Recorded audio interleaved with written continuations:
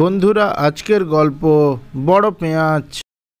এক জঙ্গলে টুনি ও টুনা বাস করত। একদিন টুনি টুনাকে বলতে লাগলো, কই গো টুনা, খেতে এসো, বেলা তো অনেক হয়ে গেল। এরপর টুনা খেতে আসে। টুনি টুনাকে খাবার খেতে দেয়। টুনা খাবার খেয়ে বলতে লাগলো, এটা কোনো খাবার হলো, মুখে দিতে পারছি না। এই শুনে টুনি বলতে লাগলো, শোনো টুনা, এর থেকে ভালো রান্না আমি করতে পারবো না। পেঁয়াজ ছাড়া কি রান্না করা যায়? তুমি পারলে বাজার থেকে পেঁয়াজ নিয়ে এসো, তারপর আমি ভালো করে রান্না করে দিচ্ছি। টুনির এমন কথা শুনে টুনা বলতে লাগলো, দেখো টুনি, বাজারে যা পেঁয়াজের দাম, পেঁয়াজে হাত দিতে গেলেই ছ্যাঁকা লাগে। তুমি তো জানো কাজকর্মের অবস্থা তেমন ভালো না। এখন পেঁয়াজ কিনে খাওয়া মানে বিলাসিতা ছাড়া আর কিছুই না। টুনার এমন কথায় টুনি বলতে লাগলো, শোনো টুনা, আমাদের যে জমিটা আছে ওখানে তুমি তো পেঁয়াজ চাষ করতে পারো। এতে আমাদেরও পেঁয়াজ খাওয়া হবে, আর বাড়তি পেঁয়াজটুকু বিক্রি করে মোটা অঙ্কের টাকাও কামাই হবে। এই কথা শোনার পর টুনা বলতে লাগলো, আরে বাস, তুমি তো খুব ভালো একটা আইডিয়া দিলে। আমি এক্ষুনি যাচ্ছি, আমাদের জমিতে পেঁয়াজের চারা রোপণ করে আসছি। এরপর টুনা বাসা থেকে বেরিয়ে গেল জমিতে পেঁয়াজ চারা রোপণ করার জন্য। টুনা জমিতে পেঁয়াজ চারা রোপণ করে বাসায় ফিরে এলো। এইভাবে বেশ কিছুদিন কেটে গেল। টুনা প্রতিদিন জমিতে গিয়ে পেঁয়াজ চারাগুলোয় জল দিত ও দেখাশোনা করত। এইভাবে আরও কয়েক মাস কেটে গেল। একদিন টুনা তার জমি থেকে কিছুটা পেঁয়াজ নিয়ে এসে টুনিকে বলতে লাগলো, টুনি, তুমি এই পেঁয়াজগুলো দিয়ে ভালো করে রান্না করো, আর আমি কিছুটা পেঁয়াজ বাজারে বিক্রি করে আসছি। এরপর টুনা পেঁয়াজগুলো নিয়ে বাজারে চলে গেল। টুনা বাজারে পৌঁছানোর পর, এই আমাকে 1 কিলো পেঁয়াজ দাও। এই আমাকে 2 কিলো পেঁয়াজ দাও।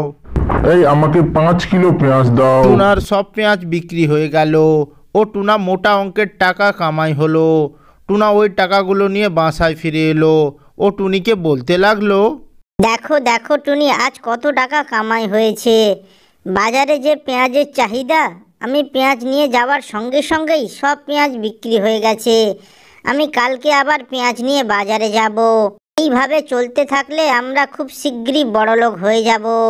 এই কথা শোনার পর টুনি বলতে লাগলো, হয়েছে হয়েছে, এবার তুমি খেতে এসো।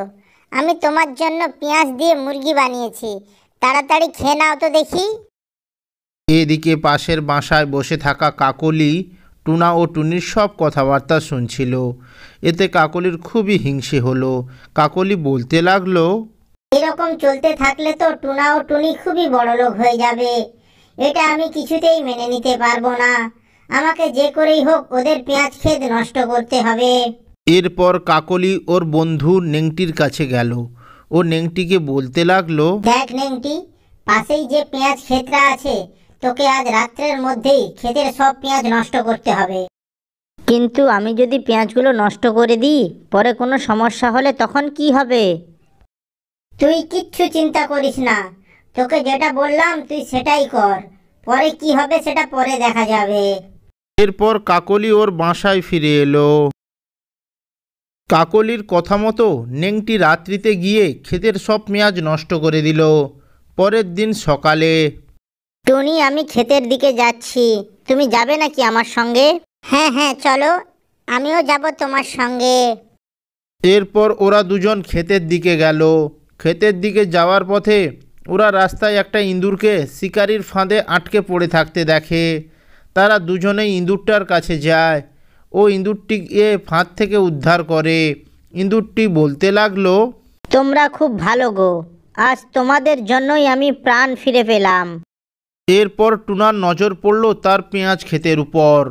সে দেখলো তার ক্ষেতের সব পেঁয়াজ নষ্ট হয়ে গেছে। টুনা বলতে লাগলো, হায় হায়, আমার এত বড় ক্ষতি কে করলো? আমার সব পেঁয়াজকে নষ্ট করে দিল। এ কথা শোনার পর ইঁদুরটি বলতে লাগলো, আমাকে তোমরা ক্ষমা করে দিও, আমি জানতাম না এটা তোমাদের ক্ষেত। আমি আমার বন্ধু কাকলির কথায় তোমাদের ক্ষেতের সমস্ত পেঁয়াজ নষ্ট করে দিয়েছি। তোমরা পারলে আমাকে ক্ষমা করে দিও। এরপর টুনা ও টুনি কাকলির বাসায় যায় ও কাকলিকে খুব মারতে থাকে।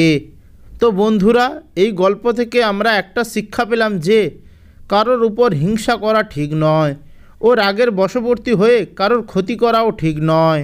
ভিডিওটি যদি ভালো লেগে থাকে তাহলে ভিডিওটিতে একটি লাইক করে চ্যানেলটি সাবস্ক্রাইব করবেন। ধন্যবাদ।